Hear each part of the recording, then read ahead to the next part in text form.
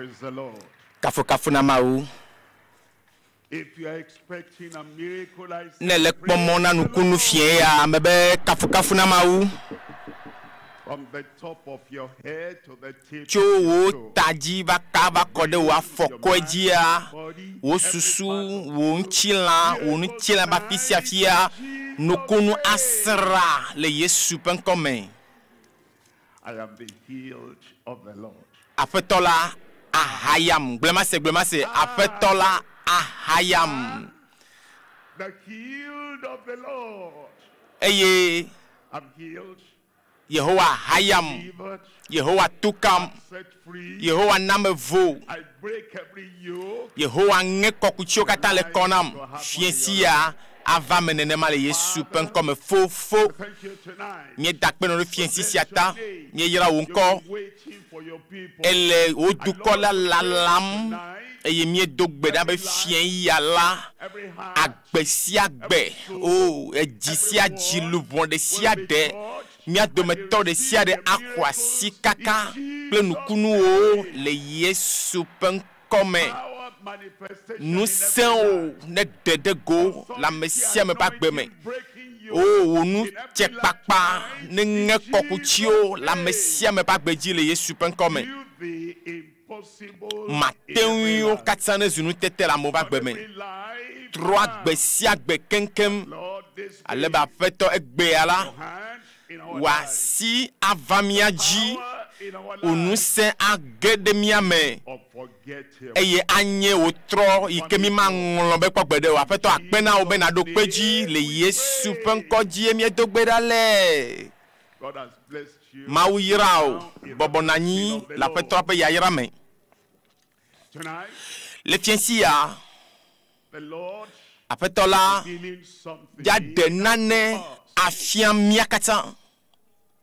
Many times when people zigedele na megede ova crusades like du this, topo maunya kakao alea they wait wo lalana that the blessing of God, be mau pe ya yira miracle, mau pe nukunu yo wonala will come, na va agede yo pa gbeme but they do not know. vo menye be After the crusade, le takpepe ape megbe dome o me biena be nu kamia wo pray, aleke manogbe adom dado I take aleke everything mawo ye nu yo kata apeto achona mla for me. yo jirada mare de ke mawo ale benedo te ata fien ya I'm bringing this message. nu fia ya machova na mi yenye safui hosebe safui Bigger, be brighter life. miano agbe koko yike nyowu bona be amen The key hosebe safui that he gives si to us, akpolo alo si onami safui that is willing to si give ke wole lolombe ya na mesiame nu tusia ntu nyonu sia nyonu alebena a better life, wo agbela na nyowu bigger life. wo agbela na ga keketa wo agbela na klereji In Matthew chapter kweklem 16, le Matthieu pa gbale ta me wi adelia me verse popo yi 15, ame wi aton and he says unto them, e wo glona obena but whom say ye that ameka glomie le be nyela menye whom say ye that ke mia ola ameka e mi glona bena menye ma ha knowledge, le nunyama thanks, me everything nusio kata ava gbeme no la na hole Kristo la ebi obnya biase Jesus asked, Yesu obia biade demons say, mia be khona me tokpe de la obia biade bede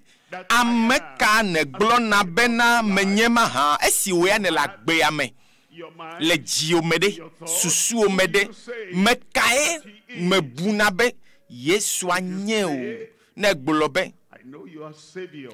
o menye be de la nenye khoho avana o ne jesi chokeke o jime kebe This is apeto ya yenye doyola that you know ene nye cho keke o jime ke maglo mada le luvo me o le gbogbo me o do tamena o ele me o na made nyo globe Jesus mekayo Yesu anye na o agbone be yenye doyola na me eya nenema doyoyo avana o nenema doyoyo ananyi na o da ameka miegblɔ na bena menye maha tso keke miaƒe dzime ke tso keke wo dzidzinya me ke ameka negblɔ na bena menye maha ne gblɔ be menye be woe nye katula eye kɔkutsi ɖeke kple kaxa ɖeke mele yi ke wo Yesu matema na ɖo ŋuti o ameka miegblɔ na bena menye maha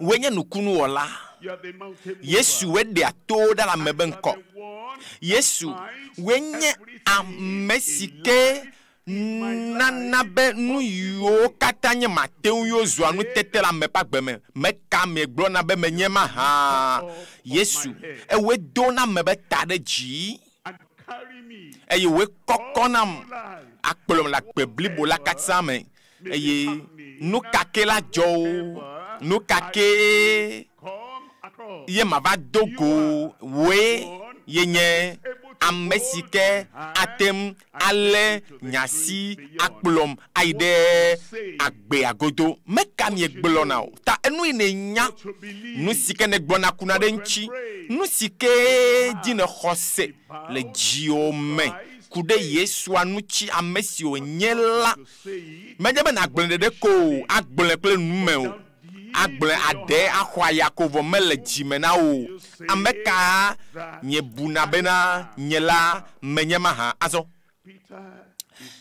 Petro dza tsɔ ɖo ŋuti anabɔ taflatse mi senya ya gɔme enɔ atsitsoga nu ya dzɔ do ŋgɔ na afi woklã Kristoa ye wòfɔ tɔ ame kuku dome ta nu si ke wònya la ku ɖe Kristoa ŋuti la be Kristoa nye la eya ko woɖe tsɔ fiẽ ta azɔ ma kplɔ mi va enua be akpa ya dzi azɔ ku ɖe atitsoga ŋuti ameka nye gbɔna be menye maha woe nye ame siwo klã eye woklã kpakple o ameka ne gblɔna be menye o woe nye agbe kpakple tsitre titi la ye nu sia nu si ke ku la wo ya wo tsitre titi nu sia gatrɔ gbɔ agbe nu ma ameka nye gblɔna be menye maha woe nye ame ma yi ke fɔ tso ame kukuwo dome le sia ta ne eƒo nu na nukukuwo la nukukuwo gbɔ agbe nukukuwo gafɔ na meka mi gbɔna be menye maha ebe woe nye Kristo la de la ame si ke nye eya ma tsɔ egbe tsɔ yi ɖe mavɔ eye emebɔbɔ nanyi kpakple o le fofo la ƒe nuɖusi me ameka miegblɔna be menye maha o Yesu woe nye ame si ke nana be nuxoxo dzona ɖe le ame ƒe agbe me ye nuwo katã trɔ zuna yeye le amea ƒe agbea me safui yi ke ana wo xɔxɔ safui ma si ana wo dɔyɔyɔ safui si ana wo katoto ye nye be nanya ame si Yesua nye na wo pipa me wi ashekelia gblɔ bena ebe nye la matsɔ dziƒo fiaɖuƒe nye la matsɔ dziƒo fiaɖuƒe azɔ magblɔ ya Petro ya nyabia sia nye bena esi ke Petro ku ɖe wòtsɔ safia tsɔ yi yɔmea alo tsɔ yi dzo dziƒoa eye azɔ safia megale miɔ mia si eye mi mate ma ʋu abɔtu ɖeke o megate ma tsu ʋɔtu ɖeke oa etsɔ safia na ame sia ame yi ke ʋu eme ʋu nu yi ke Kristoa nye la me ebe nye la matsɔ dziƒo fiaɖuƒe be safui wo ana o nu si ke na bla le anyigba dzi la anɔ babla le dziƒo haleluya nu si ke ne safia le alɔme na woa safui ke aʋu eʋuwo be ʋɔtrɔa ne le alɔme na ko ale ko ayi ko aʋu ʋua eya de zoe me nenema ko wònɔna ema eye eye asevua be gbedede fiensia safia o twa dalomena o eye agede emeko eye ne doe loki amela toma adeda ne blana na ya ne blea safia maneza eye ne tuna ne ya numa yikena chua ano chuchu la be safie eye saya me ale pokadede no sike na bla la nyigbaji la ano ba bla le jifo ye no sike na chu la nyigbaji la ano chuchu le fika ha le jifo le fika ha glesesere masela le anyigbaji o ano jifo babla ha le jifo ne ble la nyigbaji kwa ne chu la nyigbaji ya jifo ha chui nenema ne ble la nyigbaji la jifo a ble nenema ke ebe mi bia eye na wo de kapa kple jifo to safuya me ye safuya ye nusike do la nya kude Yesu anuchi e nusike nya be Yesu atema wona wa eye me dogbeda be ne poka tutuvo agbe me anyona o me be de emme anyona mula globe ne emme anyona agbenya ayinko echome ke gbanana mula aklen safui Xɔse be safui tanyayema yeke akplomi aide agbe sike anyo la me nu gbanto yenye safui ganto sike akplomi agede agbe sike awo yeye la me agbe sike wotro ji tro gbogbo yeye agbe sike me jipo benu yeye ole agbe sike wotro gbogbo wo yeye ta safi mai mau glonya kudenchia achoy adalo beno votru mai kelengona wa avu potoma dala toma zayala ahoda le Yesu pen comme ta safi yo tiato dasinami be miapa gbena o yeye nu ton lia yenye safi o kata safi oji safi oh minya safi de le aye vuna potru safi de le ona be master ki e vuna potru pepe safi de kako yanye va vuna potru de pepe fi safi o de kwa vune le homo kata yo le hotel ama avu kata ta amesike nyamjuro le hoame le hotel ama yento be safi le esi ocho ne wo zazam eye amesia me vo amesike jaba adicha akpobenu kata sogbele hoamea eya safi de kakwela lomene ya ye safi ma yenye safi ke vuna vo kata na yide votre ton liadia no ba ton liadia avui ne ye aton lia akpe alofa de ka kple de kalia avu votre ma safi de kakoza mole safi de ka avu votre de pepe la gbe ye oyo safi mabe safi ke voavo kata safi o kata di safi yike awo moya sike anabe agbeola anyo de jigacho da safi o di safi si aklomi gede agbe sike nyoula me fien ya ele khwelo nyela ma kho safi ma fien si aglema se ble radio agbo ma se ma kho safi ma le fien ya agbo avuna o le fien ya le Yesu pen comme nous gbanto the mangled key in an abased blighted life nya safi yike le miapa agbe sike chi anyigbalaji M'appelle nenema. Ta maui ko do Adam la. Eto safire da lomene. Be watema nye agbo de nuoji. Watema ada alebene aboame. Eye wajira aboame do. Eye safire de manto da lomene. Onye achek bakpa be safui. Emenye maupe dodo banto. Maupe nu nana banto. Maupe nu sen yo chona o ban. Maupe achek bakpa banto. Yo chona Adam kple Hawa. Safui mala. Wo chwe. Cho fugbe danyigba.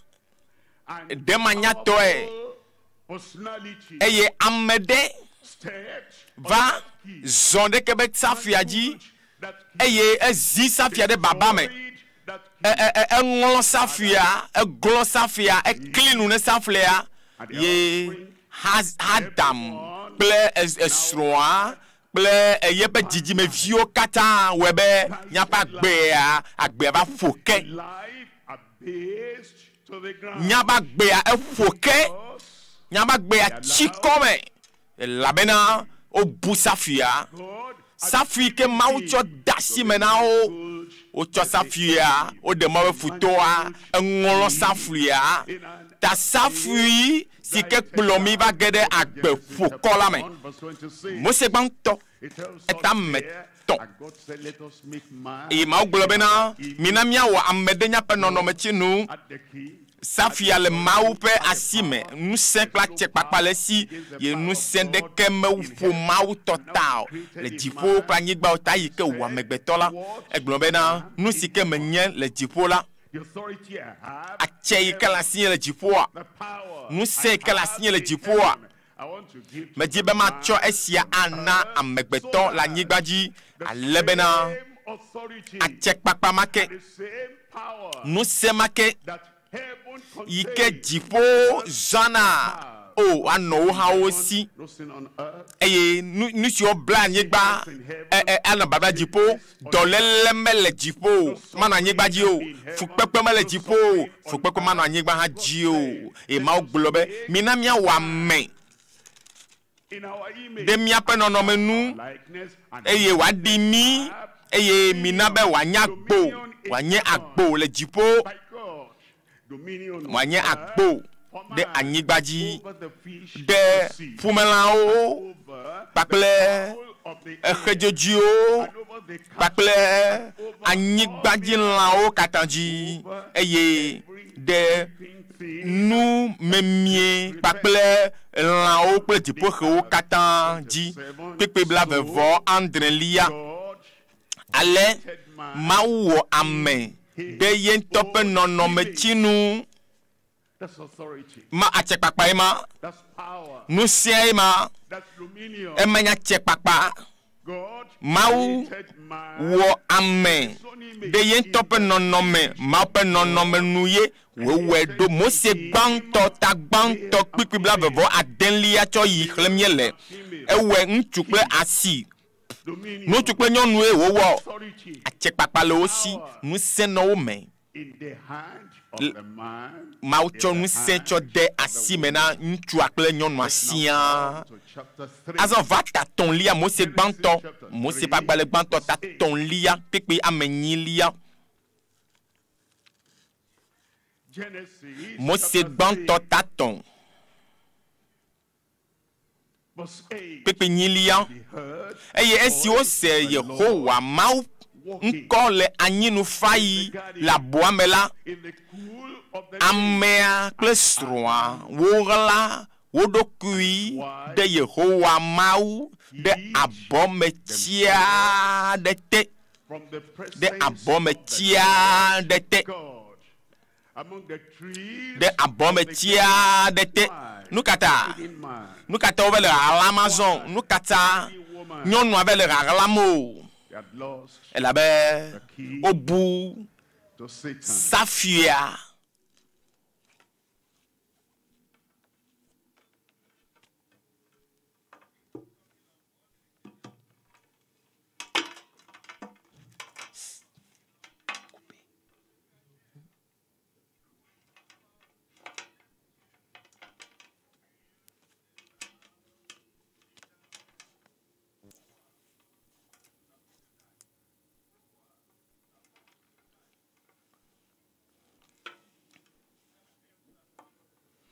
elabena wobu safia safi ke ma wocho da sime na wola obui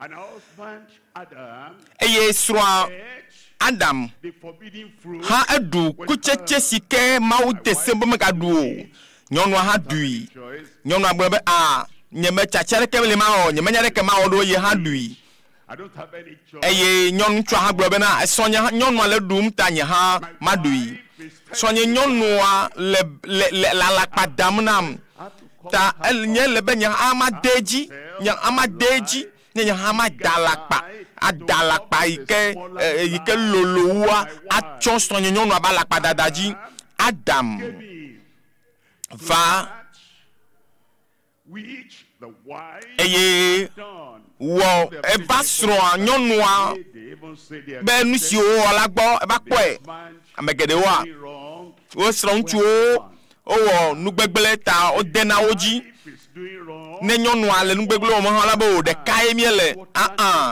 nu mai kplo keke aba de kakame and so Adam and Eve e Adam kple Hawa ala esike o bunu sia authority ba che papa at that time now le mai mela mauva to fellowship. e o jibe ya wo de kapakpele wa do pome pakpele o e o gbo na o be Adam Where are you? afika nele And they were told, look at eye verse 9. pipe ama shekelia pipe ama shekelia tete Jehovah mauyo amea gbo ne be no To him, afika nele that's saying, where are you? nya biasema ke bia mo le pipe ame a shekelia afika nele pipe ame wo Thy voice do no bena me senko la boame and I eye me von there was no ekpe fear. avon me no me le gomejeja me olo esi mawo Adam kple Hawa la vovon de kento me no me o no me vona ne keto la nyigbaji lo nane yikele tomelo nane yikela vemelo nane yikele nkekemelo nane le zamelo o me vona de ke o me vona na nuwo de ke o me vona ma dollar de ke o me vona Satan go how But now for azon la they dropped the key. o to safia fugbe safi o ngolo safia de siatala Because I was naked. obe mebe elabe mela mama eye megla do kunye That's how they lost. anene mayo bunu si anwema e me kona wa enu si obula Taking it back. nyewe ya miatro ho egbe ya I am taking it. nye matro ho to nye gbe Authority. wa che papa nusia amisisia safia yike atem aglonane ye noa vana mela egbe nyamele hotonya fika wa memade fika wa memane le ha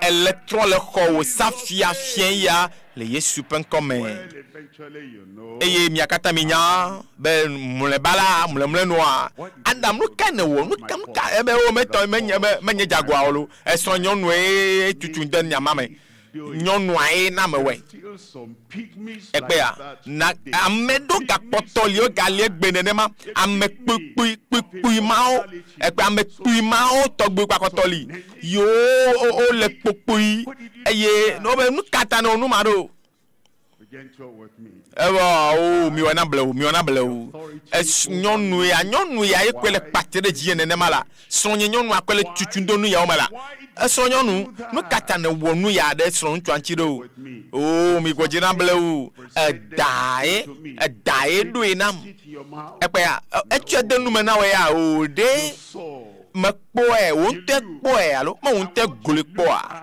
nu si ne kpo la ejojina we you took ye nene mai ne be chua ema driven out. eye nuwala onya odogo vo enya na ne kuda Adam nchi Never confess mevu his own error. ye nto mevu dada me kpo mevu ye benu vo me kpo ye amado ale gbe anenema yo pagbale tabla ton vo de ke pope bla yo pagbale tabla ton vo de ke pepe bla ton vo ton Covered my transgression. ebe ne me chonu Adam.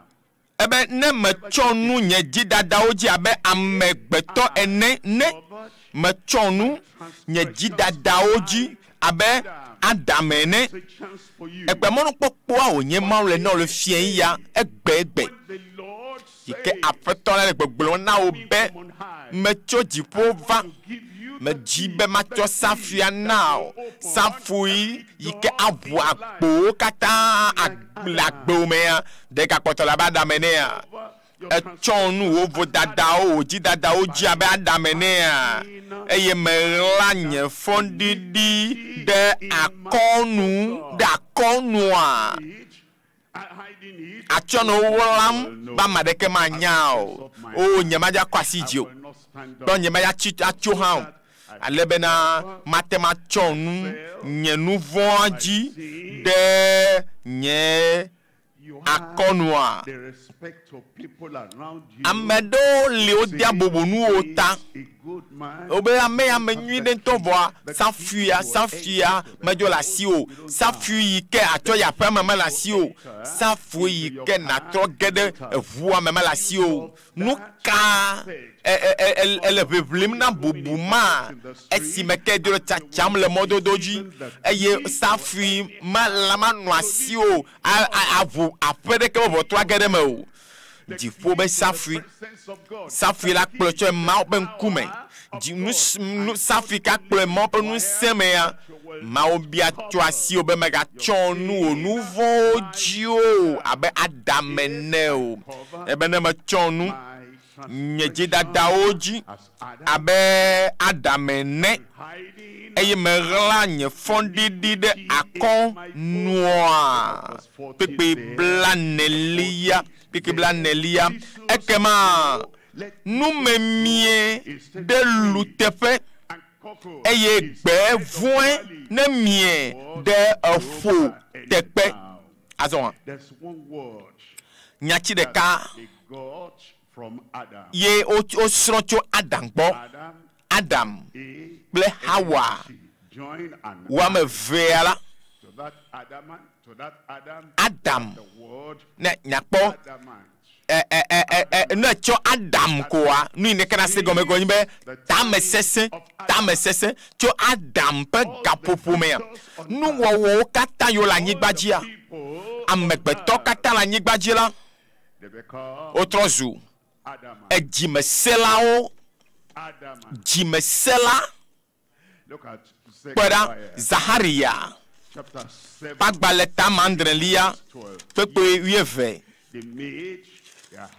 wowɔ woƒe dziwo abe lotamekpe ene lotamekpe ame geɖewoa wonya be nu vɔ̃ɖi ye gake wosena tame ase dzime wonya be nua menyo o wonya be sigareti yɔyɔ esiga age atsaka susu me na atɔtɔ gake ase dzime wonyae la be ahasi azia dzedze matre wɔwɔ ahe sida dɔléle va na wo kple dɔ vovovo gake woase dzime wonyae be nu vɔ̃ɖi akplɔ wo atsɔ ayi ɖe gbegblẽ me gake wose tame o gake wole wɔm le nu vɔ̃ wɔm wonya bena yewo mele kpɔ ŋutifafa o lo wole agbe ma nɔm vɔ menya be ŋutifafa mele tsɔtsia me o lo yewo be agbenɔnɔ wɔe be ŋutifafa mele tsɔtsia me mele ƒomea me mele ŋutoa me o mele yewo be dua me o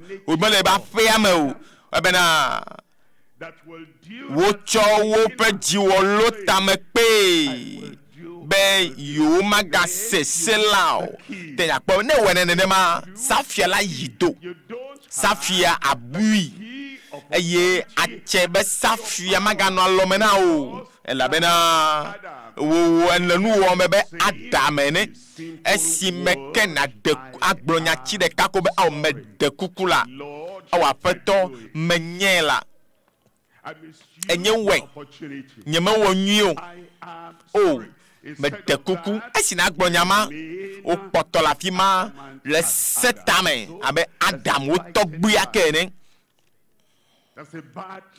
ema trɔ zu agbe baɖa tsiwo me etrɔ zu agbe yi ke do agbe yi ke gɔn agbe yi ke ma sɔ kpakple Mawu ƒe yɔyɔ yi wotsɔ ɖo mi o vɔ eva va me will not happen. ne ya vɔ nye ya ma va me na nenema o lo Not allow it. nye ma de mɔ o This bad thing nu will not badabada mɔ ma kpɔtɔ ye dzi nenema o la tired. enu tsi kɔ na wɔ ye ha This bad mebe de agbe bada ya nye ma ga ye dzi nenema o lo power, mawo ƒe ŋusẽ authority, mawo ƒe atsɛ dominion, mawo ƒe agbonyenye get it back. nye ametɔ le xɔtɔ nyea wɔame ma ɖe metɔ xɔtɔ nya gbɔ va wɔame ma yi ke le se mawu nya be etɔ le xɔtɔ wa gblɔ nam ɖa be amen Point number 2. mawu nya be akpa velia zɔ Point number 2. akpa velia na mawu nya Key. ye nye safui tiatia yiwo tsɔ da lɔme na mi be nyapa gbe For new things to happen. na trɔ For new nɔvinye things to happen. ne dzi be nu yeyewo na be ba gbeme la ele be woagbogbo adzi o Because the original creation, elabe nuwɔwɔ gbãtɔa Adam, the ye mee awotsɔ safia na Adam le bu safi ma all the yeye ƒe dzidzimewo katã la safia menɔ alɔme na o find ta ele kpɔkpɔm be life. agbea katã gɔ agbea gblẽ agbea ƒoke Want the azɔ mi dzidzim be agbea ne trɔ alo what's the key? nu ka nye safia o safi tiatia yi ke la na be nyaba agbeawoa anya agbe yiwo trɔa Anybody can tell na ma ɖe ate ma gblɔ nya ya na mia Kristo aƒetɔ la the Savior, ɖela the Redeemer, nyabe xɔnametɔ ame si ke va be yeava akplɔ mi agbogbo ava míaƒe teƒe gbãtɔa na ma ɖe ate ma fia mi mɔa Kristoe nya me ke la fia mia the mandate eye wòtsɔ safi tiatia ma tsɔ le de begotten life. atsɔ fia mi ale miawɔ ne miaba gbea nakpɔ ɖɔɖɔ ɖo Marko ƒe agbalẽ ta gbãtɔ kpekpe ame 14 le esia megbe la esi wolé Yohanes de gaxɔme la Yesu va To Galilee Galilea hele gbeƒã ɖem Mawu ƒe nyanyui la of bena kingdom of God. That's what Adam loved. nu ma ye Adam bu The opportunity, mɔnukpɔkpɔ the liberty, vovokpɔkpɔ privilege, gomekpɔkpɔ the right dzena bena woanɔ Mawu fiaɖoƒe la mea le Edem boa mea a symbol enye Edem nye dzesi na Mawu fiaɖoƒe la ebu Edem be abɔma eye azɔ Kristo va king of the kingdom. yi ke nye fia na fiaɖoƒe ya Kristo yi ke nye Mawu vi la miabe xɔnametɔ miaƒe ɖela ame si ke va be yeava na be ɖekawɔwɔ nanɔ mía amegbetɔ kple Mawu dome la eva azɔ be yeafia mi safi tiatia ma yi ke akplɔ míage ɖe mɔfiaɖoƒe la me tegbe ame 15lia egblɔ be The time, azãgbe la ɖo dzi your time, wò azãgbe la ɖo dzi vɔ lo your time, mebe wò azãgbe la ɖo dzi la my time. nye azãgbe la eɖo dzi nam From chapter 3 of Genesis, tso Mose ƒe agbalẽ gbãtɔ 3 mea nu siwo bua trying and trying. eye wole agbagba dzem kakakakakaka eye ne yi eta yi kaka be eta madelia mea Mawu be esu nenema le be amegbetɔ katã la tame susu vɔ ɖeɖe sɔm ebe nutsilɔ katã gble wo ɖokui le ŋkunye me ye wɔ be tɔɖɔɖɔ vava etɔɖɔɖɔ megbea Noa kple via me tɔ̃wo kple srɔ̃ nyɔnu etɔ̃wo The imagination of the heart of man, kpakple amegbetɔwo katã be dzia togbɔ be wobe dziwo nye dzi baɖata o yi kaka va yi ɖe Babel be mɔa dzi fi ma Mawu va kaka wo ɖe anyigba katã dzi eye kaka va yi ɖe Yosef dzi fofoawo tsɔ sɛ na kluvi nyenye kaka va yi ɖe Mose ƒe agbalẽ 2 Israelviawo la wova te wo ɖe anyi wo katã mekpɔ dzesi safia o Kristo va zɔ and now eye Kristo va le gbɔgblɔm bena azɔ azãgbe la ɖo dzi nye azãgbe la ɖo dzi vo your time, mebe nye azãgbe la ɖo dzi vɔ we are not going to live eye mio mi ma nɔ agbe agbe yi ke gblẽ agbe bada agbe ƒoke ma abe Adam ene o miawo ya se gɔme be safi ate ma sɔ asi o na ge ɖe mɔfiaɖoƒe la me age ɖe megbe lo mais elle est gege de megbea me la made be nyagbelom la o amade yike jo le zame dupe eye egbona feme eye to akple nu agbegbolom be de kaje ya devia gaka me wo java nyanu ha ezasia za miano elalam kakakaka ezaga ve afi de via lava gbo avano agbofom na mo be no fo eye be nye la wina esafia mejo la lomeneo etoa mele tutumo be ya chosafia ha esafia etoa me kane mele didom nu ya chosafi ne ke de vieux de moteur de car allo amade yo ebe fika nele ha eye ebe me la peme la hebojo ojo la gboji voilà totom na ye ma Janvier de car la fi mada be obe ye la peme bo amegede wa nene ma safia me la lomena olo no wa gede mo ba fiado pe amolo o pa gbe a tiegodo wa ba gbe a gbogbovon les ions de to nu agbe badao le do funya o yo ba gbe a foko peku ko dumo le vebe se du na mo wi o fika ne le ha o ba me la pa me mo fika o matemato nyawo ha etamato na mema o be alakpa ko dana lakpa ma de mole vodi to nyatefia na feto la gbea me wo nto nyabere na mo flum na mo blem be etrojime ya ye ho Yesu ya ile mo fia le pan bo nto ne nye be agboji nele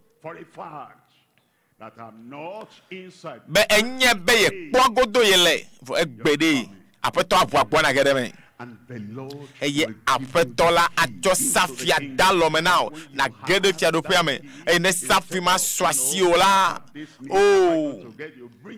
safima ade Togo apupotroa ya agbososo akode wa gbemele Yesu penkome ebe azangbela do ji ma fia do pela dovo mi trole nya pe jime eye mi khonya nui la dise mi trole nya pe jime egome nye bena na tro elemo gasia game ano zamme we do po yim trole agbe badama yome tote agbe manono eno zozom ano ame bevuo be hame abe mi odeke tro to bevu be hama odome tro me gado hakpa closer azon e mo na be jime totro we ato we nye be anu ahanu anu hakakakaka mu manyanu ha wo mole atia mama ha me ganyao agbe mari dasile nchi dasila hanunu ahamumu manchi eye na gbegbobe na to na feto la bede to jio mekebe awa feto metro me jujuela we ato enye ajagbe nono e matre wowo ye onto ne nyanu yo ne wona ajo chondo kioji abanonu gbegblowom tote juju agbe manono eye ne ewela anu agbe eye na honka nyanya jise nyanyika nyanyu enye nyaike nyo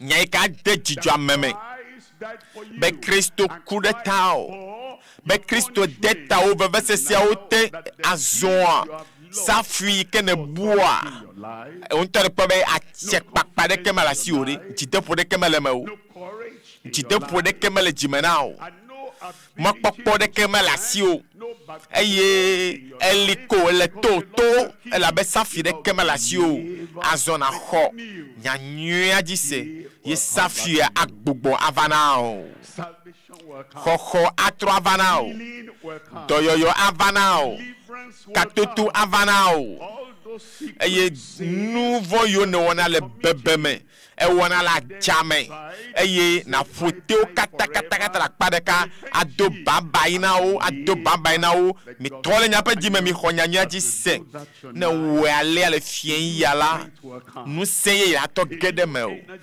nu seye ya to gedeme o la bebede di depo ye agedeme o le Yesu ƒe ŋkɔme. those partners Eye nenye be nu vɔ̃ miakpla me nu vɔ̃ ame yiwo dona ha wɔna nu vɔ̃ miakpla ame yiwo nɔna agbe makɔmakɔa nɔna ha si ba gbea tsã no va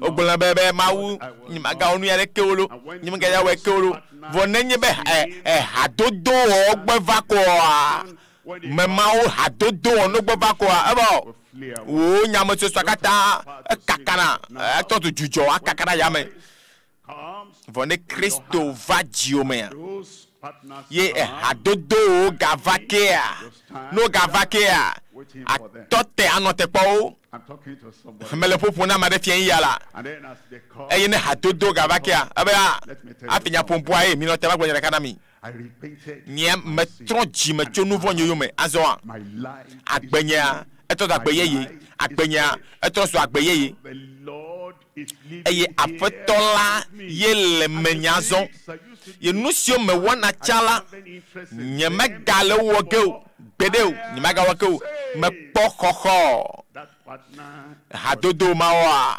woagbugbɔ yi megbe dome tutsugba gbena be amen eye nenye be egatɔ te ele be buta be agblɔ nya ɖe na wa megagblɔ na mi ke be ne mia hã metrɔ dzi me wa manya nu yi ke adzɔ ɖe mia dzi o be azɔ nya metsɔ agbenye na Kristo eye agbe yeye ge ɖe menye eye medzi be wòxã na atɔ le dziwo me eye ene gblɔ mawo nya na wo kɔa tɔtɔ la va agbe mawo yiwo katã nya lakpa dada ablame atsakano le fie agama ƒe agbenɔnɔ aɖɔli kɔ la anɔ agbe vɔvɔ ƒe agbe ya ame bubuwo no kle ŋkudo kɔa ekpasana wo doa tso gbedziawo katã la tɔ te le wo agbe me le Yesu ƒe ŋkɔme mitrɔ le nyaƒe dzime eye mixɔ nyanyua dzi se emae miawɔ le fia ya mebe nu si ke na wɔ le fia si enye ya eye magblɔ na wo be aƒete safia la trɔ gbɔgbɔ ge ɖe wo agbe me safia la trɔ gbɔ va agbenye me le nutɔlia zɔa ye nye safiwo dzi safui ke ƒo safiwo katã ta si akplɔ mi age ɖe agbe nyowu la me o meta kpe ɖe mawo ɖe agbewo ta mebe meta kpe ɖe mɔ ɖe agbo agbe ta metso fia ya dzia nenye be nexɔ safia ke ƒo safiwo katã ta agbewoa o ŋutɔ ne kpɔa ake nume ɖe te mebe agbewoa nye nukunu be agbe agbewoa anyɔ ɖe dziwu anɔ klẽ anya agbe yi ke ayi ŋkɔ anɔ abe enye ya o mawo la kasi o fia ya mebe nane atrɔ dzi o tsɔ yi ɖa nane le agbewo trɔ ge le fia ya agbewoa la nyɔ eme la nyɔ na o agbewoa la aklẽ agba klẽ ɖe dzi aƒetɔ la ne wɔe na mia dometɔ ɖe sia ɖe le Yesu ƒe ŋkɔme Mateo tame woenyi kpekpe ame woenyi lia Mateo ta woenyi kpekpe woenyi lia va mele gblɔ na mi bena no si ke miabla le anyigba dzi la anɔ babla le dziƒo amen aɖe gbe ma se ye nu si ke miatsu le anyigba dzi la ele tsutsu le dziƒo nu ka ke nu sia nu ebe nu sia nu la egɔme be seɖoƒe ɖeke meli o ne safiwo dzi safia la lɔme na wa o negbe trɔ dzime yexɔ aƒetɔ Yesu dzi se ko Kristo atsɔ safia ke yi ke nɔ si esi ke wonɔ anyigba dzi atsɔe na o hã le fia ya la enya yi ke Kristo nɔ anyigba dzi ɖe egblɔ be nu sia nu si ke mewɔ la mewɔe le fofo la ƒe ŋkɔme eye ne mekɔ mo dzi gbɔ be fofo Mais nye be edo atom. Because you always hear. E la be do atom kokoko. You see the name. E yo zan fofo la ben kola. That thing. Numa yiko obia ko evaname. Azoa. Etro. It says. Glonami mi azombe de we an etro jime. You believe. Echo. I give you the Jinye master se. key. Nyanga me chosa fui ma yikenye konye achona Yohanes ma. Chapter 14. Etame wene. verse 13. Pepe 8 ton Yohanes ta wene. Pepe 8 ton. Ebe nous si à nous Ye shall ask ke mi abia le nyenkwa dila donui. Ebe ne blana na la nyegba dia jipo han ble. Ne tuna na nyegba dia le tutu le jipo. Ebe anu sike ye shall mi abia le nyenkwa dila my name. no make Turn away from Satan. ne trocho satana yome. E trocho no von yome. You've turned E troda cho no bada yo o ma mole gbe a troda la gbe ma o yome. Ye troda petolanchi e che wo de o la you now. e ye o now kokola e ye o cho ye penko be safia na wa ma trobe na neke ma glo la gbo me o. Ye shall No si ke mi abia le nyenko adila that no make will I do.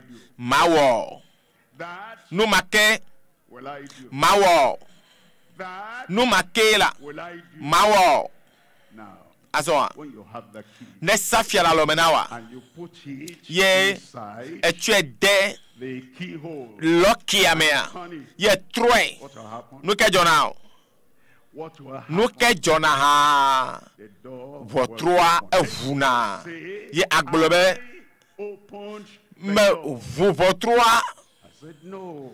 magbobe aude The key safia opened the door. ye vo vo troa alo menemea You are young.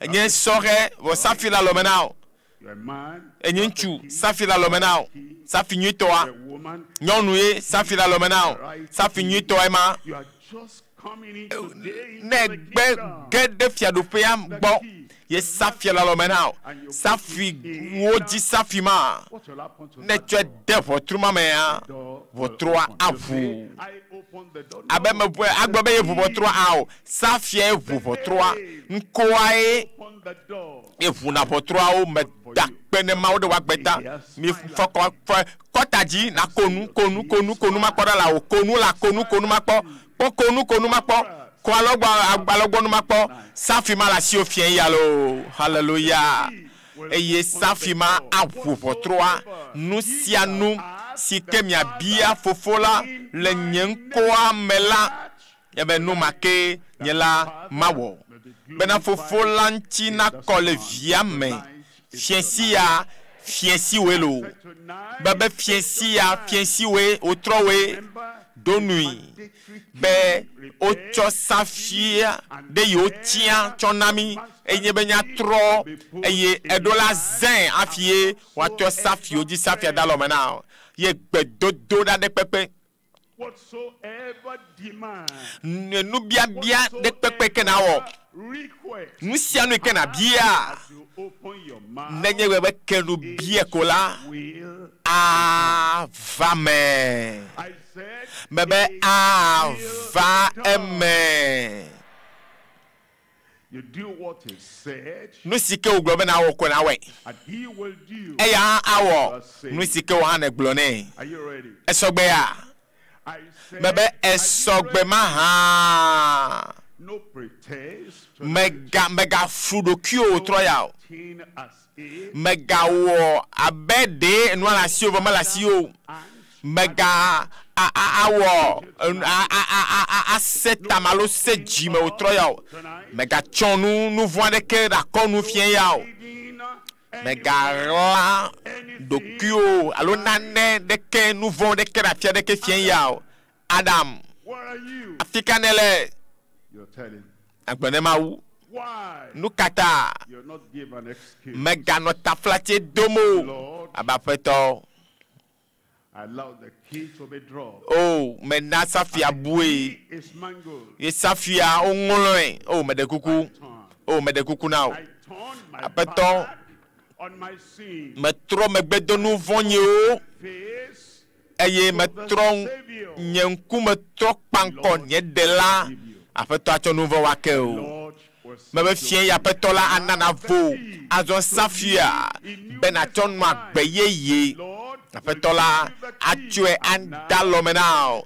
Eye azɔ ne te la ŋutsu alo nyɔnua nu gatrɔ va azɔ la. Mawo ƒe ŋusẽ anɔ dzime na wòato nɔ be ao.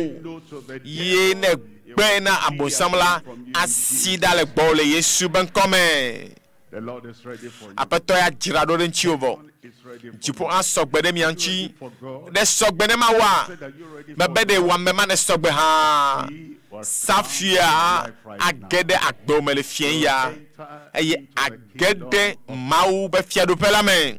Ya bɔbɔ ta and eyes ne mia amia ŋku. bowed Bɔbɔ ta and eyes ne mia ŋku. Fiasia with all sincerity le nyawo toto mea. tonight. Fiasia All honesty. kpakple anku aɖe totoa. Lord, Dagbo na aƒetɔ la bena I know to have the key now. aƒetɔ medi be maxɔ safia On my back, ne matrɔ dzime la. on my path, Matrɔ megbe to agbe bada, agbe ƒoɖi, nu vɔ̃ ƒe agbenɔnɔ. I turn my back Metrɔ megbe to the sin to of my life. nu vɔ̃ yiwo katã mewɔna tsã. Face Aƒetɔ, the Savior. metrɔ ɖe ŋtsi o, metrɔ ɖe ŋtsi o. O aƒetɔ, nɔgblẽ nɛ le gbedodoɖa me. Wherever you Aƒetɔ, are, you raise metrɔ ɖe ŋtsi o be naxɔ nam. Tafi ɖe kpekpe yi ke ne le gaƒoƒo ya me. Ye ne se mawunya ya Here I kɔ am. asi dzi ne miado gbe ɖa ɖe dzo. To na aƒetɔ la be meva gbɔ o. Ɖiƒoƒowo katã me ɖe asi le wo nu. All that sinfulness, I turn away.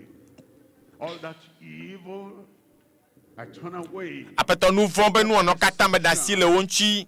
I turn away. Ame beblewo katã me ɖe asi le wo ŋtsi. Up Atsɔ nu tsɔ nu vɔ̃ dzia me ɖe asi le wo katã ŋtsi. this, Eye the only way, aƒetɔ the key ema ɖeka koe ate ma wɔ of a new life afie can agbewo la come to you. atrɔ zɔ agbe yeye. Kɔ asi ma ɖe dzi. If you're raising up your hand, Ne kɔ asi ma ɖe dzi azɔ le nyawo toto mea.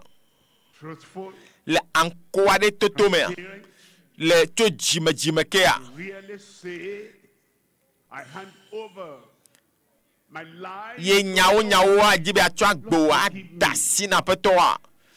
Gblɔ nɛ be ne tsɔ be nu vɔ ke. Tsɔ gblɔ nɛ be tsɔ nu ye be nu vɔ ke. Believe Aƒetɔ me xɔ se. Christ Me xɔ dziwo se be ne ku ɖe tanye le Calvary ba tia ŋtsi. raise up that hand. Kɔ asi ma ɖe dzi. If you're raising up your Ne hand, kɔ asi ma ɖe dzi azɔa. you stand up. Na tso In the presence of the Lord, mi le aƒetɔ la be ŋkume. honesty, Le kple nyawo toto.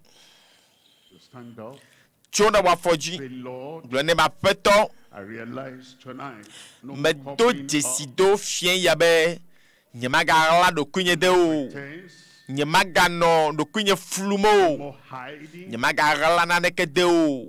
no more excuse. Nyemaganɔ taflatsi aɖeke dom o. Stand up wherever you Fi are. sia fi ke ne le la tso. Your hand raised. Eye nakɔ asi ɖe dzi. As you're standing up, Yi tell ke ne the kɔ Lord asi ɖe dzi azɔ ŋutɔ ke nu. sincerely, Nyawo toto me. honestly, Tso edziwo me ke. Tso dziva edziwo me ɖaa kea. Gblɔ be aƒetɔ metrɔ tso nye nu vɔ̃wo yome. Ye mexɔ dziwo se. died for Be me. Kristo ku ɖe tanye le Calvary ba tia ŋtsi. I receive Eye mexɔ tsɔtsɔke. I receive your freedom. Mexɔ vovokpɔkpɔ nyea. I am saved. Eye mekpɔ ɖeɖe. I am changed. Wotrɔ nye agbenɔnɔ. Any man Ne in ame Christ aɖe le is Kristo a me la. new creature. Etrɔ zu nuwɔna yeye. Behold, Xoxo tɔnu va yi. and all Kpɔɖa things nuwo have katã become wozu new. yeye. Standing, Nɔ afɔ dzi, nɔ afɔ dzi, nɔ afɔ dzi. let me pray with you, Ne ma do Father, gbe ɖa ɖe ta in fofo. the name of Le Jesus. Yesu ƒe ŋkɔa dzia. We thank you Míeda kpe na wo. for reconciling be nenami gatro wo de kapa kple o to Kristo dzi exɔnya pa gbe ƒle eye ne tsɔ xɔxɔ tsɔ vana lobɔ de sia de ke le xɔnya dzi si aƒetɔ me do gbe ɖa be kaka ɖe dzi be yewo kpɔ ɖeɖe la tsɔe da me sia me be dzime le Yesu ƒe ŋkɔa me. Agbe yeye. A new confidence, assurance in the Lord. Takpele kakaɖedzi blibo, takpele tsɔtsɔke blibo, vovokpɔkpɔ blibo, tsɔe na mia dometɔ ɖe sia ɖe azɔ le Yesu ƒe ŋkɔa me. Aƒetɔ, tsɔ gbugbɔ, tsɔ nu si ke Adam bu la. Yeba tsekpakpa, yeba gbonyenye, yeba dzideƒo ɖe nuwo la, tsɔe na viwo, gbogbo na viwo le fia ya le Yesu ƒe ŋkɔ me. Aƒetɔ akpe na wo be menye be ne tɔ nam le Yesu ƒe ŋkɔa dzi nye do gbe ɖa le. Eva me, mebe eva eme lo. Nu vɔwo la wotsɔe ke o.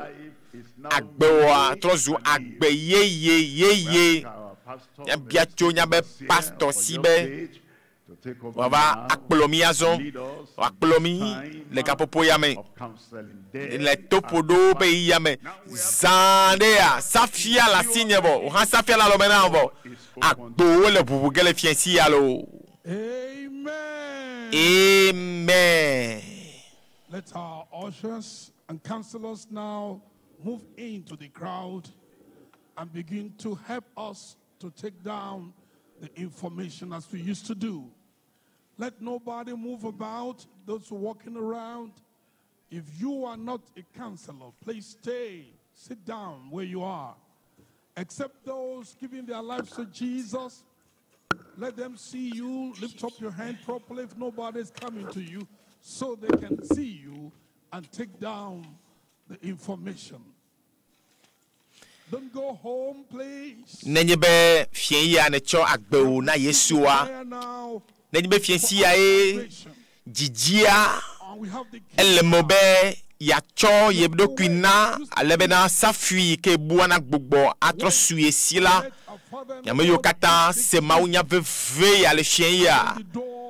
Azomi le lalami le moaji eye nyatem anglo nyabe nko kple nyape adresse o doda le nomba yo 400 mia anaka popo ya me fifiaji nomba o nye 99 99 36 75 Nyatema acho nyapen kodo da mile 90 27 34 87 90 27 34 87 Allo 99 40 99 20 36 75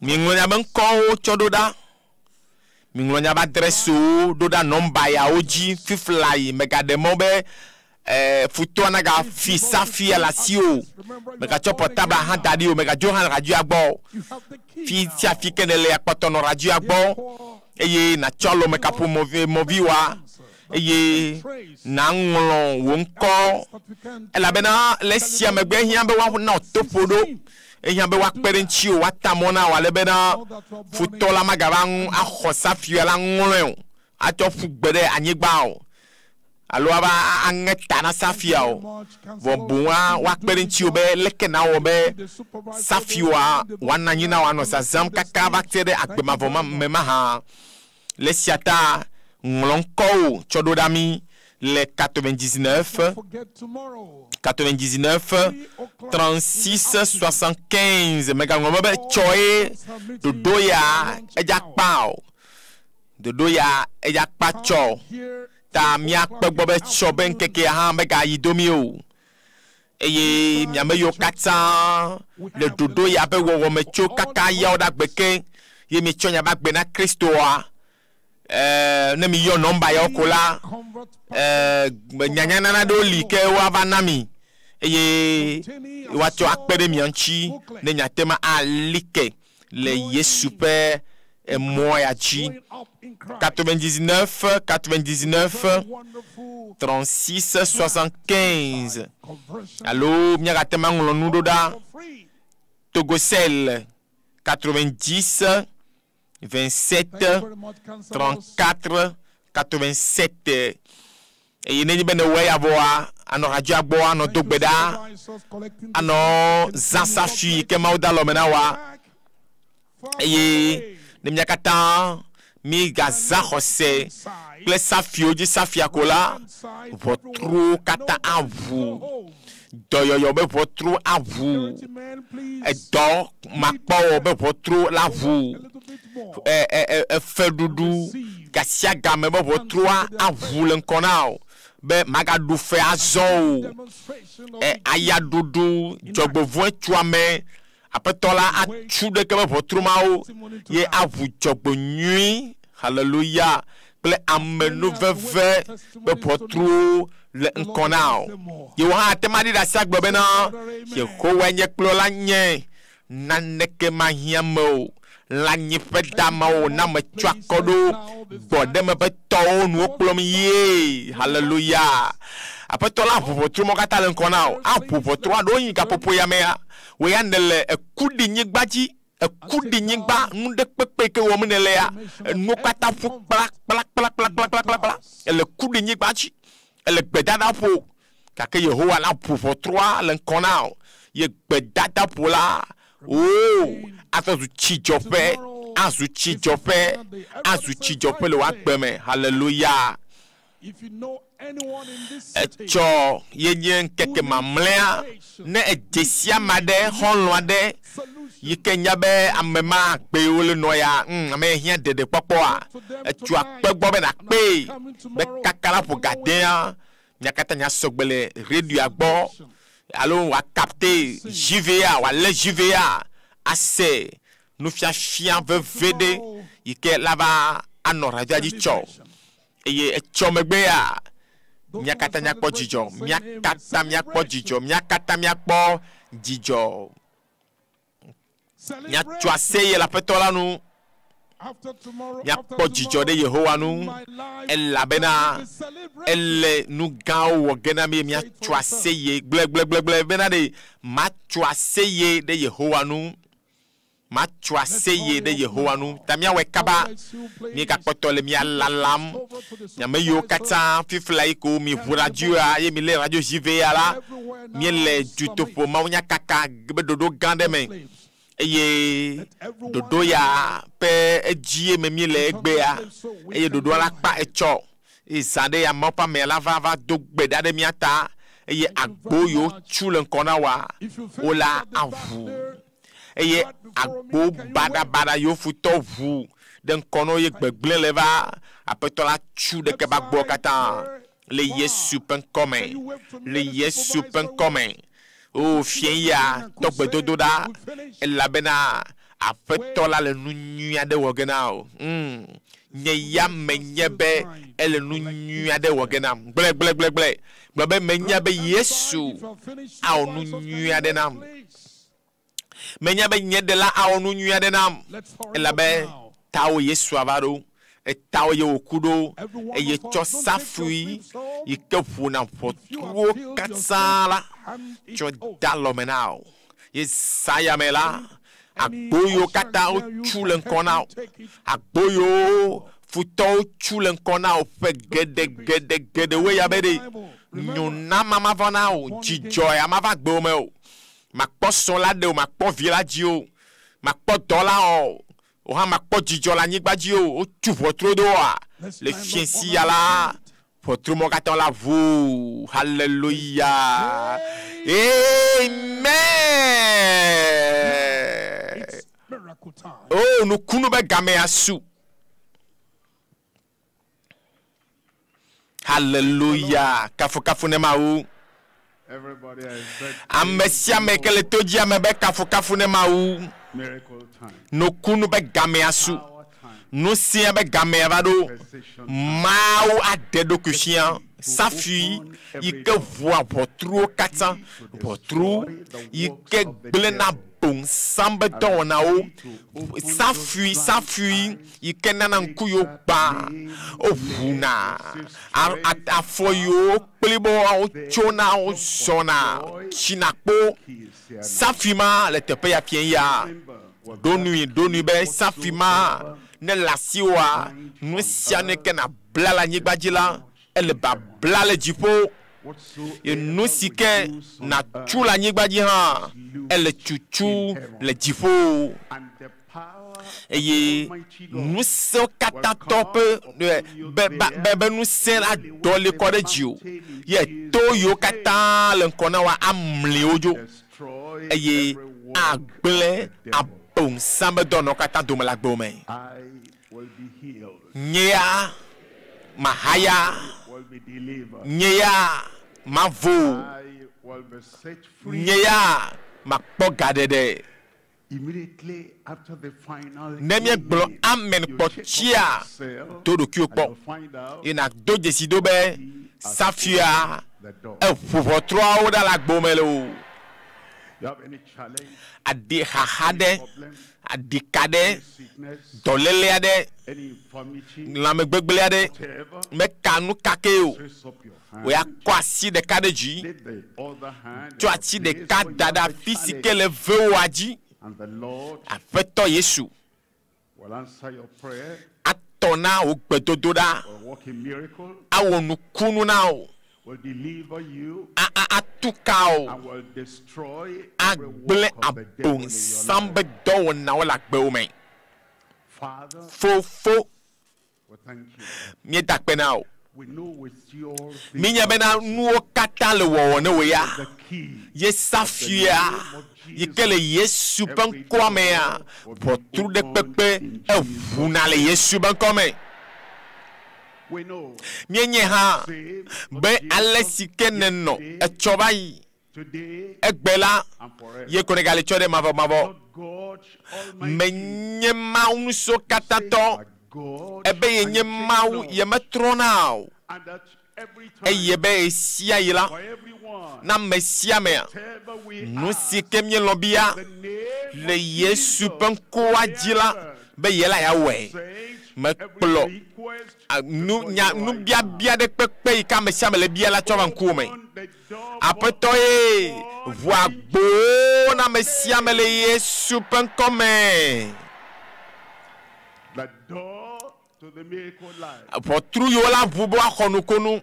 the door to the mountain, potru yo anabe eto na de dal nkona o the door to the potru yo anabe amlimanu se o akasi o la vuile o ba gbemele yesu pen come every miracle your nu people konu de pepe ka me sia me le jile pa gbeme a every deliverance your ka people tutu de pepe ke jim du ko wale a Lord, I apeto pray me you dogbeda send out your be power, don se ododa in tu Jesus' kao name. le yesu pen come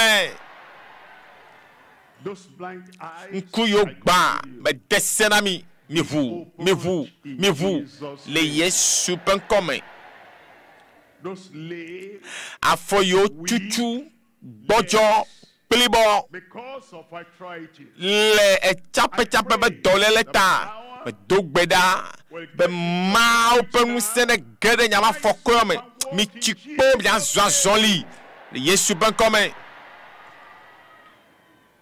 every internal disease, dolele de pepe kele lamenami cancer ulcer, abile podome whatever me pain ka you de have on kenye the bebe inside, sese kesele meme o papa me dogbeda be le yesu ben kodia nyampe lamene se le yesu ben comme any challenge in your life, any Kaka challenge de in your pepe, body, kaka de any pepe sickness, kele any lamenami. infirmity, whatever Bon it lame is, gbegle, be boto healed bojo de pepe ya. right now in Apetone Jesus' de ojo le yesu pen come. and whatever it is Meka, asked no for, kake ne bia, you have desired, eji, you have demanded, ebia mau. each given unto you Eye right mekpo now, na ola, in Jesus' name. fiensi ane chue na ole yesu ben come. You're healed. Xodoyoyo. You're delivered. Xokachuchu. You're set free. Mau degao. Every yoke in your life Kokuchi de pepe la gbome la egban. Le Yesu bankome. Lord, Apeto. confirm it in every To life. peji la mesia me bagbeme. Thank you because we know it is Akpena obe ewevo. in Jesus' Le name Yesu we bankoji. pray. Ye dogbedale. It is done. Eva eme. It is Bebe done. Eva eme. Check up yourself now. Todo kyokpo. Have a testimony. Kase di rasio na le fien ya. Amen. Put your hands together for Jesus. Voici que c'est